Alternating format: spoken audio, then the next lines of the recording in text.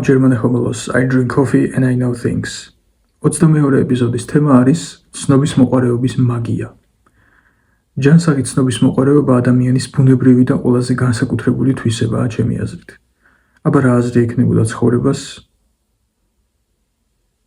ინტერესი და რაღაც ახლის გაგების სურვილი რომ არ გაგვაჩნდეს. რამდენ რამეს ვერ შექმნიდა ადამიანი ცნობის მოყვარეობის გარეშე. ცნობის მოყვარე რომ არ ყოფილიყო. რამდენი გასაოცარი გამოგონება და საჭირო ნივთი არ გვექნებოდა დღეს ამ თვისების გარეშე. და რამხელა ძალა აქვს ცნობის მოყვარეობის დაუოკებელ წყურვილს. რამხელა შესაძლებლობების გამოვლენის საშუალებას იძლევა. აი ამის უნაკლო მტკიცებულება და მაგალითი არის ლეონარდო და ვინჩი. ვინც იცის, აღარ ჩაურმავდები ამ ამბავს. ცხადია, ლეონარდო გენიოსი იყო, მაგრამ ცნობის მოყვარეობამ უფრო მეტი შეაძლებინა მას, ვიდრე გენია.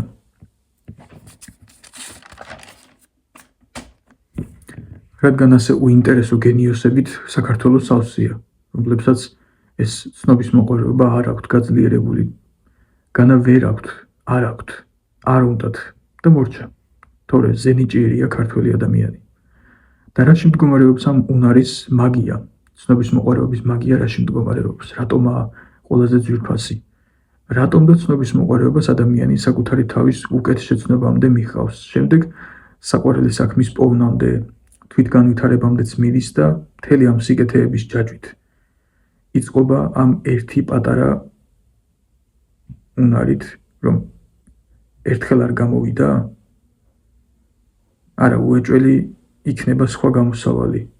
უნდა ვიპოვო, გამოვიყვან აუცილებლად, ძიებას იწყებს ადამიანი, რაღაც საქმეში ერთვება, აზროვნებას იწყებს, მუშაობას, დაკავებულია, იბრძვის, ქმნის და ეს ყველაფერი სასიამოვნო პროცესია თვითონ.